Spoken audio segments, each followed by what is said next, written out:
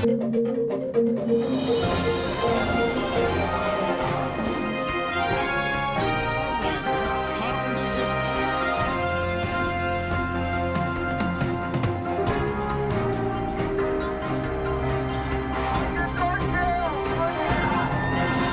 me an up-close and personal view.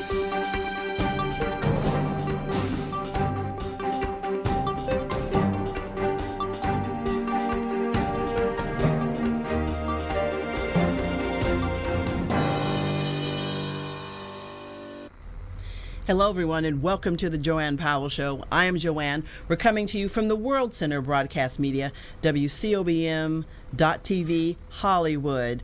Well, topping our news today, we're talking about healthcare. Once again, healthcare reform. On Capitol Hill, the Republicans in the House are trying to come up with yet another bill that they're hoping will pass to help repeal and replace Obamacare. Now, the key component to this that's has interest and confusion at the same time is that the bill that's being dealt with at this point, one of the issues that they have taken out of the bill that the president had promised to keep in the bill had to do with pre-existing conditions. So if you have heart disease, high blood pressure, diabetes, any heart issues, any pre-existing conditions, now the way that things are, you cannot be penalized, meaning they can't charge you extra money for your premiums. Under the current plan that they're considering, what's going to happen is that they're going to leave it up to the states to decide whether or not they're going to provide that coverage or not. And that's the kind of sticky area. And the reason why they're putting it on this bill or in this bill is because they want to bring on board the more conservative Republicans in the House. So they are more in favor of this conservative approach to new healthcare reform. And those in the middle, and then those that are a little less conservative are having issues once again within the party. They're getting closer, but they haven't quite come to one accord. And the other issue is that the president has said that he wants to still provide health care coverage for those regardless of their previous pre-existing conditions, because that's something that he talked about on the campaign trail, and a lot of his constituents and those who have supported him were looking forward to not having that issue, because a lot of people, it hits home to a lot of people, because most everybody knows someone with a pre-existing condition, whether you've had cancer or whatever, you've gotten better. And to kind of take it it hit home to Jimmy Kimmel on Monday night during his monologue. He shared something very personal and very emotional. It was all jokes aside.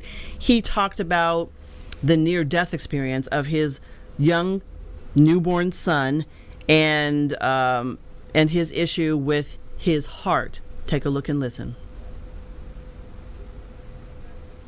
They did an echocardiogram, which is a sonogram of the heart, and found that Billy was born with a heart disease. Dr. Starnes opened his chest and fixed one of the two defects in his heart. The operation was a success. It was the longest 3 hours of my life. It was a success. This is what he looked like on Monday. But this is what he looked like yesterday. President Trump last month proposed a $6 billion cut in funding to the National Institute of Health. And thank God our congressman made a deal last night to not go along with that. No parent should ever have to decide if they can afford to save their child's life. It just shouldn't happen. And that's something that definitely hits home to a lot of people. We definitely are happy to share with you that little Billy is home, doing well with his family. And one thing, he is going to have some surgeries throughout his life. I understand that he'll have one when he gets a little older and one when he's in high school age. So he is pretty much out of the woods, but he's not finished with what's going on with him. But he is going to do what he can with his parents' help to live a very healthy and productive life. We wish Billy and his family the best. Shifting gears a little bit, in other news, we are talking about something that everybody's been talking about the intensified tensions between North Korea and pretty much everyone else in the world. Most of the people in the world, specifically those who are closest to them, are South Korea and Japan. They are a little concerned. China is kind of keeping a close eye on what's going on.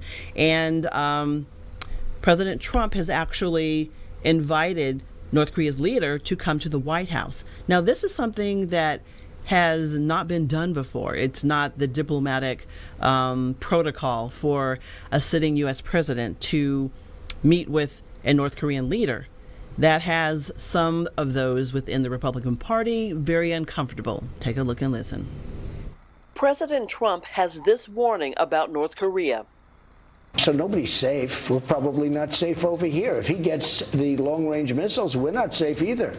Trump's comments come during an interview with Bloomberg News, where he says he is open to meeting with the dictator Kim Jong-un. He says if it would be appropriate for me to meet with him, I would be honored to do it. There has never been a sitting president who has met with a North Korean leader. This is probably the most brutal dictator in the entire world, and it would elevate his status well beyond what's deserved. President Trump also crediting Kim Jong-un for eliminating rivals, including his uncle, and being a shrewd survivor. So obviously he's a pretty smart cookie. Mr. Trump has also reached out to Philippine President Duterte, another brutal leader. Trump is hoping he can help the U.S. isolate North Korea. Duterte is criticized for executing thousands of drug smuggling suspects in his own country. Obviously, there's a human rights component that goes into all of this, and so it's a balance. All this comes as North Korea continues to conduct missile exercises and concerns increase over North Korea's nuclear and ballistic missile programs. Trump says he wants a peaceful solution, but isn't ruling out military options.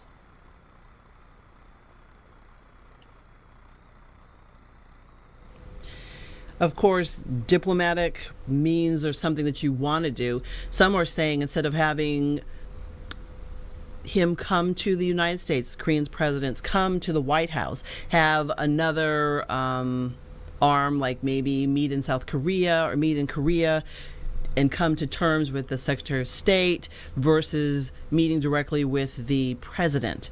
So we'll keep you posted and see what happens there. But of course, hearing that they want to talk versus throwing missiles at one another is, a comforting thought in a way. I mean, it's better than the alternative.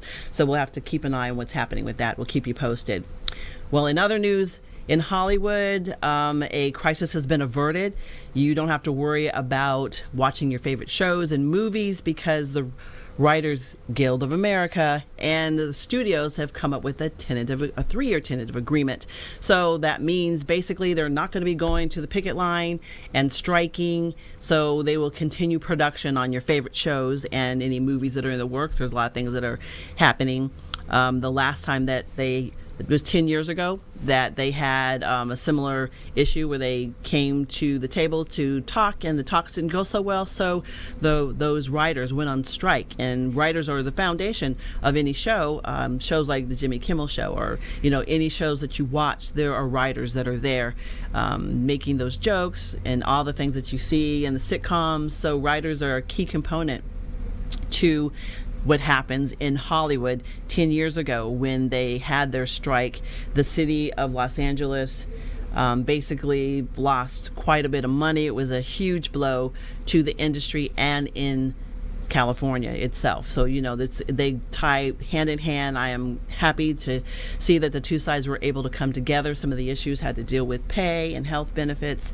So I am excited that all is well and there's no strike happening. Everybody keeps their jobs, from craft services to all those that are involved in the movie and television industry. Kudos for going to take care of the negotiating and coming to a solution that both sides were happy with. Okay, when we come back, we are going to take a look back and reflect on the riots here in Los Angeles. 25 years ago, the streets of LA were in chaos. We're going to talk about that. You don't want to miss it. We'll be right back. You're watching the JoAnne Powell Show. If you are an adult that began college and has not finished your college degree, let me put it to you straight.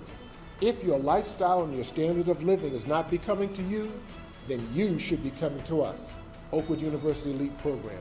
We are the fast, flexible adult degree completion program for the busy adult, like you. Register today. Go to oakwoodleap.com or call 256-726-7098. It's time to leap. For years, people have trusted McKay's Family Mortuary. We're part of your community and we'll take care of the details. We offer a variety of memorial services, including sea scattering and cremation. According to the Federal Trade Commission, the average funeral cost is over $9,000. We have complete funeral chapel service starting at only $31.25, casket included. Direct cremation starting at only $9.95. Visit one of our 5 locations and meet our caring and diverse staff. McKay Family Mortuary. Let us be the shoulder to lean on. Thanks to Oakwood University and the LEAP program, I have now a college degree. So to the Spanish-speaking members of this community who feel that the LEAP program is something you should consider, I would say, ánimo a la universidad. Considere el programa LEAP de Oakwood University. Go to oakwoodleap.com or call 256-726-7098. Seize the Day Scuba for your best scuba experience above and below the sea. You'll find friendly staff, experienced PADI certified instructors, and state-of-the-art scuba equipment and gear. Join our dive club and we'll help you plan memorable scuba excursions. Immerse yourself.